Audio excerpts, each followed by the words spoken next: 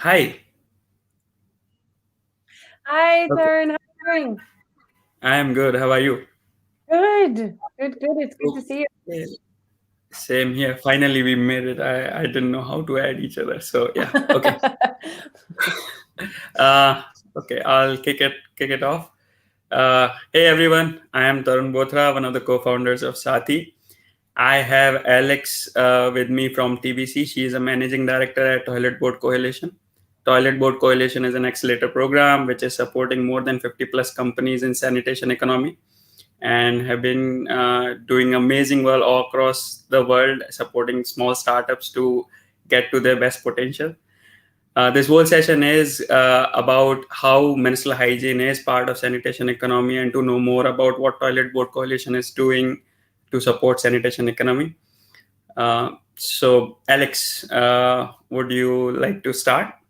Well, sure. Yeah, and just to say also that we're so happy to have Sati as a graduate of that accelerator program, and to have met you all through that process, and to have you as a part of our family. So yeah, the Toilet Board Coalition, we were founded in 2015 by multinationals looking to scale up private sector engagement and contributions to SDG 6, universal access to sanitation.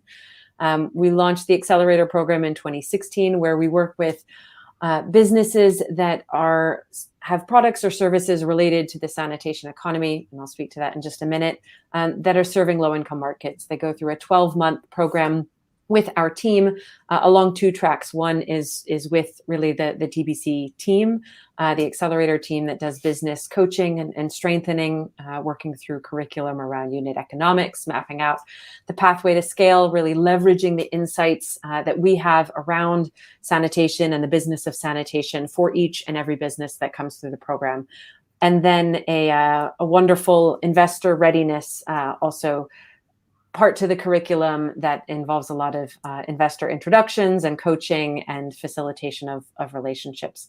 We're thrilled to say that over the last 6 years, we've been able to enable 22 million of investment into graduates of our program, and 10 million of that was last year. So it's a very promising for the program and for the future, and we're very, very proud of the work. They also, while in the program, are assigned a corporate mentor, and they go through a really bespoke mentorship process and really relationship building, I would say, over the year. It can focus on whatever the business leader has identified as necessary, maybe marketing, product design, supply chain optimization, and then our multinationals source within their network the ideal mentor for that business, and they embark on a journey that usually ends quite well. So 97% of our graduates are secure investment or a MOU with a multinational through the program. So anyway, that's a bit more about who we are and what we do. In 2017, we pioneered the sanitation economy, which is really a holistic look and a market-based look at sanitation, which is quite radical in its time. And we're proud to say we've now many others have seen the light and come to that. And so it involves everything from toilet access and the customer's experience of using a toilet, including, of course, menstrual health and hygiene products. And then what we call the circular sanitation economy, which is the collection, transportation, and transformation of that waste into something that can be reintegrated into industrial supply chains, into the marketplace at large. And then the smart sanitation economy, which is looking at the potential of the sanitation system, the information, the data, the health insights that are flowing through our systems every day, but we're not capturing. And what can those do this other value in the system, whether it's those insights or the resources that are produced from products from sanitation systems? How can that change the economics of sanitation? How can that flip kind of the traditional models of philanthropic approaches to sanitation on their head and build businesses that are commercially investable and can accelerate our progress to SDG 6? So That's amazing. that's who we are, what we do. And so excited to, be speaking with you today, Tarun. And you all are incredibly innovative in your approach and ambitious and really charting a path forward. I would love to hear more about where you're at today, what you guys are working on, what you're excited about for the future. Sure. So as you already told about a bit about sanitation economy and how it works and what it means. Before I tell more updates on what Sati has been doing and where we have been, would you like to say what kind of companies become part of the TBC, just like Sati, for example, and why Sati is a part of TBC, and who else can Absolutely. actually join the cohort? Yeah, definitely. I mean, sure. We're looking for businesses that are serving low-income populations that are at beyond early stage. So for the accelerator program, we have other programs for early stage businesses, but the accelerator program is really for growth stage. Businesses that have customers, have some years of experience in the field, and that are really looking to optimize their business model and launch it to scale. So across geographies, a big part of and a big focus for us for the last few years, and so a big part of our portfolio is based in India. At this point, many of them are looking also beyond India with their businesses, which is an exciting season. But also we have a large portfolio in sub-Saharan Africa and a rapidly developing portfolio, I'd say, in Southeast Asia and also Latin America. So really across the Southern Hemisphere, building a network of viable businesses that are just demonstrating incredible impact in a very sustainable way. That's amazing. So for those who don't know what Saathi does, we are world's first menstrual hygiene company to develop 100% compostable and biodegradable sanitary napkins out of banana tree fiber and bamboo fiber. Since we have been with TBC, we have launched products in two different fibers, which is banana and bamboo. And after that, we also have launched multiple other products which has to do with women's health and sanitation and feminine hygiene. We have launched menstrual cups. We have launched PCOS and PCOD teas. We have launched menstrual hygiene kits and daily hygiene kits, which usually an individual will use. We have also recently launched 100% compostable and biodegradable cornstarch cutleries, as well as garbage bags and packaging solutions, which are again replacing single-use plastic in all possible ways. So this is what we have been doing, and we have made a good amount of progress while everyone was going through a tough time in COVID. We put to our head together to make sure that we are able to support the community in one or the other way, and we have been able to donate more than 2 million pads now into rural part of India, out of which 800,000 products were donated last year only in September to support floods in Maharashtra and Assam, and those who were displaced from their households, and to be able to get basic sanitation and access to hygiene products. So that's where we are. We are in process of launching more onto the feminine hygiene side products in different segments, as well as into baby hygiene. So there are some new products which are coming over there, which will be eliminating a good amount of plastic with the replacement as an alternative to plastic products.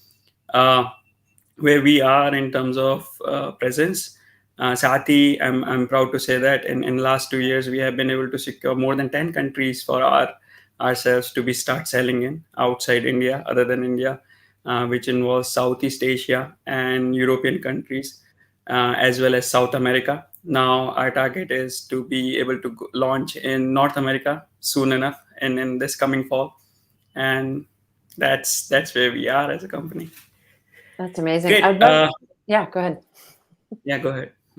I was just going to say, I was remembering when you'd come to the orientation liftoff week that we had. I think if I remember correctly, you were sharing a stat, and it was because that week the orientation was in Switzerland, I think, actually, and you shared a stat about plastic waste and like the volume of plastic waste to mountains, or maybe it was to a mountain nearby or something. And I remember that it landed, and it stuck with me. And I think of it often, but can't remember the exact example, or reference. But I don't know if you do. But it was Yeah. a very compelling visualization of the need and the importance of your products. Sure, I can tell those numbers as well. So by the time I'm finished saying this sentence, actually almost more than 5,000 pads which will land into landfills or ocean, and only 16% of access of women in India having access to sanitary napkins are producing more than 130 tons of plastic waste every year. Imagine that being 100%, which means there will be mountains of plastic waste just pad. When you wake up, instead of seeing the sunrise, you might be ending up seeing a pile of pads outside your house. And that involves four largest states of India: Maharashtra, Gujarat, and what's say Madhya Pradesh and Rajasthan. If 100% of people in India end up using sanitary napkins, who are using sanitary napkins, then these states might need to be converting into just landfills, Mm. which creates a huge part of landmass in India itself. So yes, it is a scary truth, and that's why we are as a company trying to put this solution out there, so we don't end up seeing pads instead of beautiful sunshine. I have few questions for you. When when when it comes to sanitation, right? There are ways to go about it, and what we are wondering is, what can you tell us about sustainable sanitation and Mm. how that plays a huge role in sanitation economy? Yeah, absolutely. So, I mean, because of who we are as the Toilet Board Coalition, and how we are founded, we're a business led membership organization. And so, um, business is at our core. And this is really important in terms of, how we approach sanitation, and how we believe that we can accelerate progress to SDG 6. And so for us, sustainable sanitation is when the operations and maintenance, the reuse of the products, the potential of the products, the value of the sanitation product or service is really understood and embedded, and plays a role in the model of its delivery. And so we are firm advocates, fierce advocates, I would say, of market-based approaches to sanitation.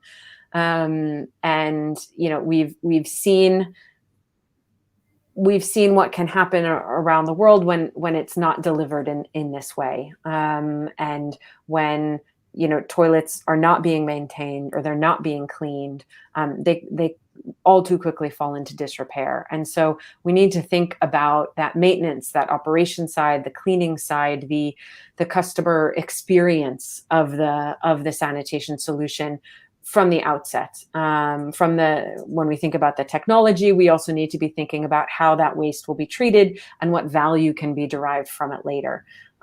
It's not enough to just give someone a toilet, because that's only a short-term solution, as we've seen. And what we know, and the evidence from our programs, and from working with businesses like Sati, is that there is so much potential. There are incredibly innovative business models that are out there at each step of the value chain, that are able to build a business that includes this, or that is built around this. And so we're fierce advocates of that, and doing our best to spread the word on what that best practice is, what those insights are, what those models are. The accelerator team, which is led by Venu Gupta, has understood and brought out and really realized these amazing insights over the last 6 years of the program, and working with 53 businesses from over 13 countries. I mean, and of course, each business has its own nuance, each geography has its own nuance.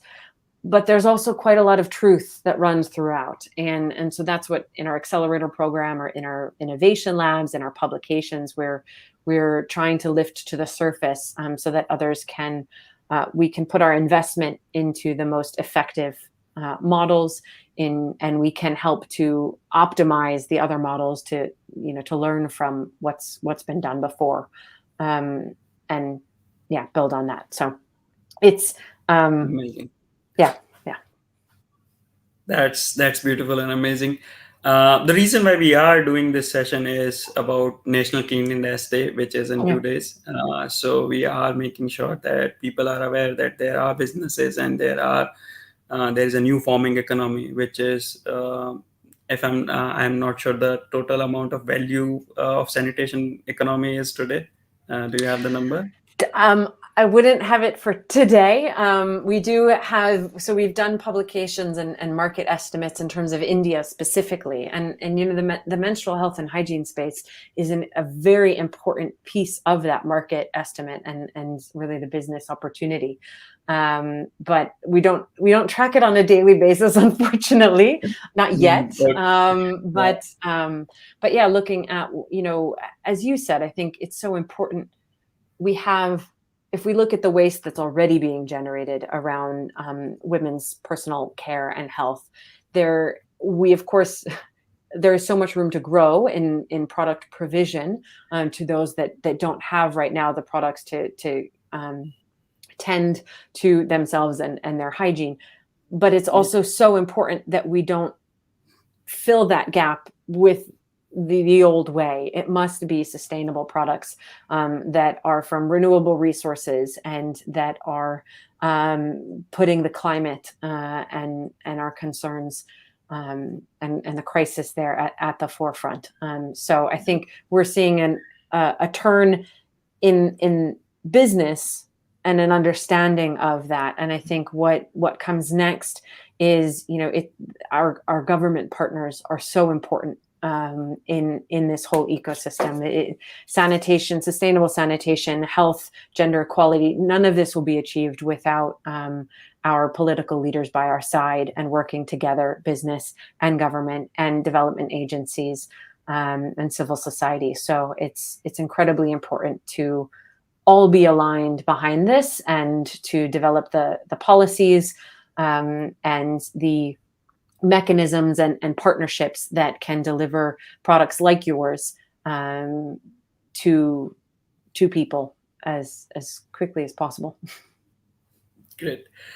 So you talked about gender equality, and then you said that it is impossible to move forward without having that in place, right? And if we don't have it, then it's not going to be. Still going to be a round and round circle, which we have been going for thousands of years now. So how is SDG 5 related to gender equality, and then how it is aligned with mission and vision of TBC? Absolutely. Thank you. It's integrated, it's intrinsic almost to everything we do. I mean, we know that WASH, the lack of water and sanitation solutions grossly impacts women and children more than their counterparts. And so inherent in sanitation is the motivation to serve the unserved, and mostly they are women and children in this instance. It has the greatest impact on their life, on their livelihood, on their capacity to attend school, on their capacity to work, because having to walk miles for water or to risk your safety and your health without a sanitation solution is unacceptable. Very pragmatically, in our accelerator program, at our last count, and we still need to do it for 2021, but half of our alumni, half of the businesses that have come through our program are women-led or women-founded, and we're quite proud of that. We're also, however, we noticed in our pipeline for the accelerator program that we were receiving applications, because the accelerator is quite broad in terms of the technology that, or the products and services that are eligible. It's anything touching the sanitation economy. So we were absolutely receiving applications from, businesses that were focused on women's health and hygiene and menstrual health specifically. But many of those businesses were at an earlier stage, and so they weren't quite eligible for our accelerator program and for the interventions that are designed in that program.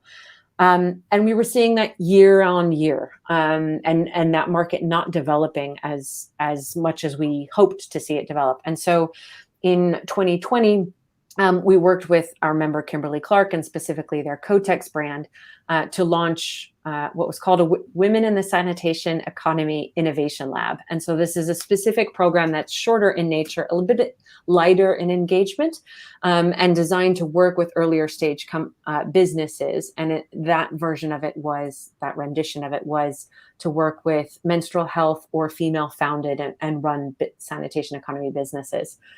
We're now in the final preparations of the second iteration of that lab, which will be more focused on menstrual health and hygiene and female founded rather than and or. So kind of doubling down on the menstrual health space. And we're as invested as ever, and look forward in the near future to announcing more about this, but really focusing in on that market development because we want to see more businesses out there. The Kotex team is incredibly committed to strengthening businesses in this space in markets around the world, and working with their Kimberly-Clark colleagues as well to build this as much as possible, and to get more market development here and these products reaching the unreached. So we, in everything we do at the TBC, we try to stay laser focused on kind of our lane and what we can contribute best, and work with others. So we work with the Global Menstrual Collective. We work with a number of other partners in the menstrual health space to bring that expertise in, but also to take what we've learned in the sanitation space and enabling investment into sanitation, and make sure that we're focusing that as well into menstrual health, and into that part of the sector. So it's something we care quite deeply about, and we're very excited to continue working in, and we'll stay tuned, please, because we hope to have something out there at the latest by March 8th, International Women's Day. So That's amazing. That's really amazing that how you're focused, laser focused on especially female-founded companies, and then how you are addressing SDG 5 and connecting it with gender equality. I hope other accelerators are listening to this thing, and then they also follow your footsteps to make sure that we reach, and then this term of gender equality doesn't exist after a certain time, because it becomes one of the foundation and belief of the community which we are forming. Absolutely. I say that I'd like the WASH sector to disappear, because we no longer have to have an acronym and a need for what we do, that it's just a given that the same heart and vision for gender equality. But you, Tarun, you've gotten away with asking me a bunch of questions, and I've not gotten to ask you any. I'm really interested, because I know we're closing up our time. I would love to hear what your vision is. How has the rise of sustainable menstrual products impacted the global landscape? What are you seeing in the future? Clearly you are incredibly innovative around your product line, but what's next for you? What are you excited about for your business, but also for the sector at large? Sure, definitely. So when it comes to the sector, in terms of how world is looking at sustainable menstrual hygiene and hygiene products, we believe this is a next generation consumer packaged goods, and they are supposed to be adopted by masses. They are the traditional ways of making these products has caused not just afforestation, sorry, my bad, deforestation, soil being polluted, and then water streams being polluted, because all these products come from paper industry, and wood pulp, which comes from pine wood, has been heavily creating pollution on land masses, which is incredible and irreversible in terms of the way it is being done. So in last 5 years, what we have seen, the adaptation has gone up, Mm-hmm. not just in terms of numbers. From having 16% access just in India, the access has reached to 36% now, which is good, though it is growing at a very slow pace. 20% in 5 years is not that of a huge number, but still, good news is that it is growing, and then the awareness there is there about the product, and about having an hygiene, basic hygiene, when it comes to menstrual health. And when it comes to the global market, what we have seen is not just developed countries like America, or underdeveloped countries, or developing countries, Southeast Asian countries, which are still developing, have a problem of period poverty, but also countries like UK, Mm-hmm. US, which have these problems because women over there are not able to choose between to buy a whole year of supply of sanitary napkins, or to invest the money in their day-to-day expenses, and they end up having, on an average, 3 months or less uh, hygiene products, which results into a lot of health issues. Mm-hmm. So where I see is this becoming eventually into more of a preventive health economy, where Mm-hmm. which is interesting because pads, and Yeah. or menstrual hygiene, or these products which are more sustainable, chemical free, and better for your health, Mm-hmm. just simply eliminates the almost 80 to 90% risk of having UTIs, RTIs, or any sort of infections, which is generally caused by carcinogen agents like bleach, plastic, which are present in the current products, which are out there by bigger FMCG companies. Yeah. So eventually, what we see is that, because sanitation is about health, and Right. we see this sector reforming into more onto the preventive side of health, Mm-hmm. from the point of analyzing what kind of pattern, or analyzing pre ahead of having a disease, or having certain issues in your health, way before it becomes a terminal, or a problematic. So that's where I see it going. We also, what I am excited about is a product which we are working on, uh, to have uh, and check basic menstrual health of a woman, which Mm-hmm. a pad would be able to do by Mm-hmm. shifting certain colors on the layer Yeah. of the Excellent. product itself. So when somebody is using the product, what would happen is, there are basic UTIs and RTIs that can be detected by certain substances which are not harmful to human skin. Mm-hmm. They would be integrated with the top layer of the product. Mm-hmm. Uh, we are looking into seeing that how does those basic UTIs and RTIs get detected up Yeah. ahead before they become terminal, and then a woman who is using the product can go to a gynec and get their regular Yeah. checkups. So this is Fabulous. something which we are amazingly excited Yeah. about, and also launching a few more preventive health product which has to do with sanitation, not just for young girls or women also, but kids, especially kids, because a large portion of plastic waste comes out of diapers, nappies, Mm-hmm. and adult diapers as well. So in that sector, there is a huge amount of what's a support which is needed from product like these, which can be helping in preventive health and basic sanitation. Fabulous. Oh, I'm excited. Good. Great. Great. There is a question. I Okay. guess we are. Yeah. So Mr. Pawan says that it's a pessimist question, but still he's saying that, when can a biodegradable pad can beat polymer-based pads at pricing level, and is it possible in near future?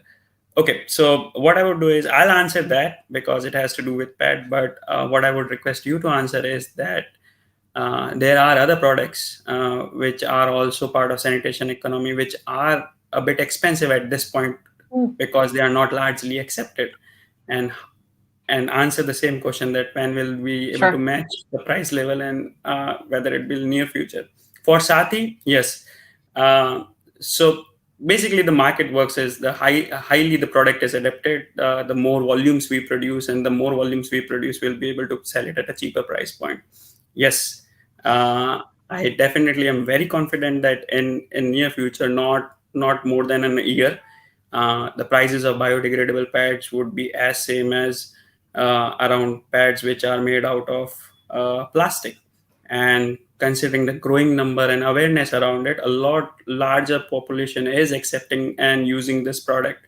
Alone with Saathi, we have been successfully able to launch in 10 countries, out of which 50% are Southeast Asian countries, which is developing. And then the middle class segment, where there are a lot more aspiring customers who are getting more health conscious, are actually adapting to these products.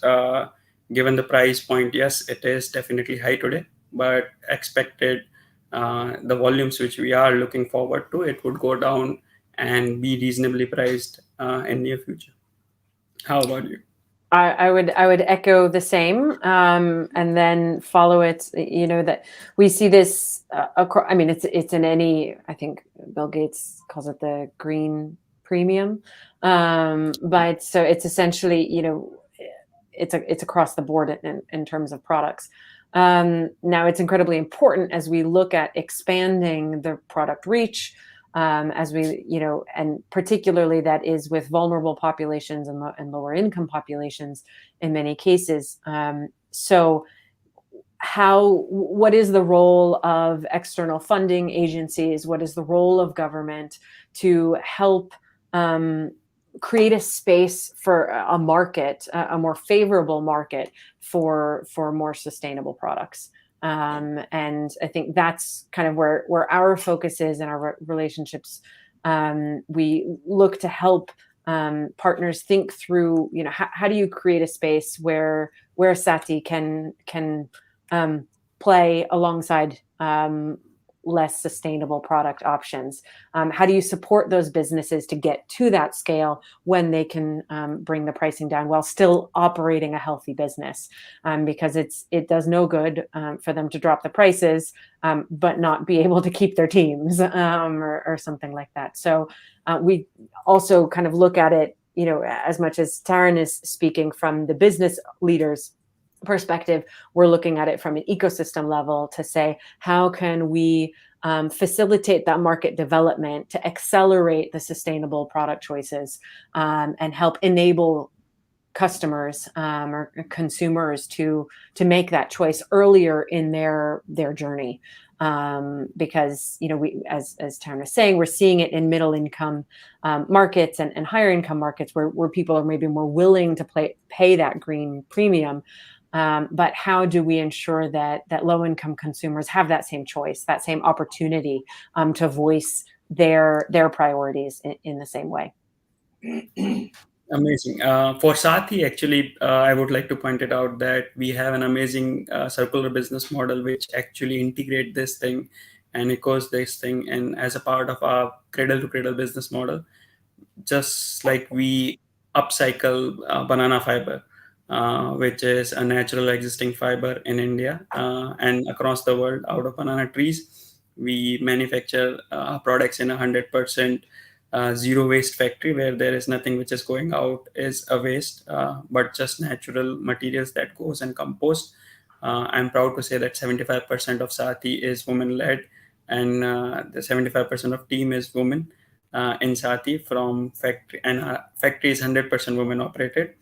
And eventually, when it comes to our sales model, we run a Robin Hood business model where every time someone buys in urban areas, we are giving one product for free in low income areas. And that's how we are actually today maintaining the balance for low income segment and be able to promote these product and integrate it in their day-to-day life.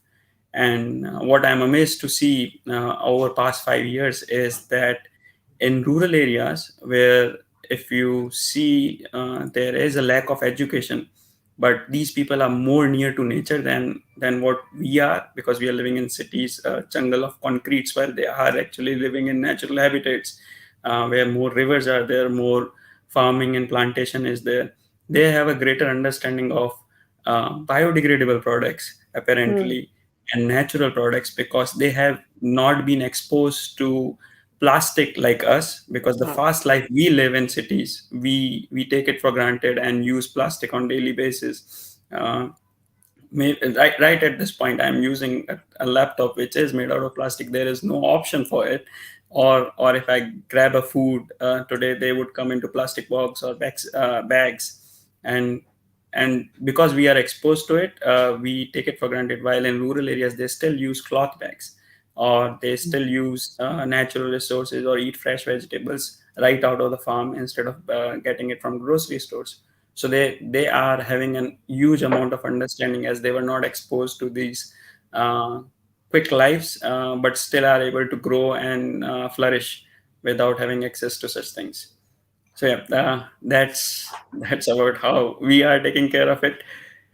I have one more question, which is, how did Sathi's mission and actions led TBC to work with us, and what you find the most exciting thing about Sati Mm. as being a part of TBC cohort? Yeah, absolutely. So, I mean, I'm not involved in the selection process, so I'll say this with that caveat. But it's precisely that focus on sustainability, that focus on circular thinking, on more sustainable products. That was absolutely a huge factor. And then, I mean, a big deciding factor is your business's maturity state. The team, you yourself, and the rest of the team is a big part of our selection process. And then ultimately, our accelerator operates in a way that our selection process, that it is our members that make the final decision. So it's about a right time, right place. So the needs and desires of the accelerator company or the entrepreneurs must align with the needs and priorities and capacity of the multinational corporations. And so they actually make the final selection of who they want to work with. So it means that, unfortunately, there's a lot of wonderful businesses that we turn away each year, and we encourage them to reapply. There have been cases, definitely, where they weren't admitted one year, but then it was the right time the next year. So anyway, and I'm so sorry, but I do have to run, as I'm very late for another event. Yeah, yeah, But it was yeah. really We great are to speak to actually. you. So Yeah.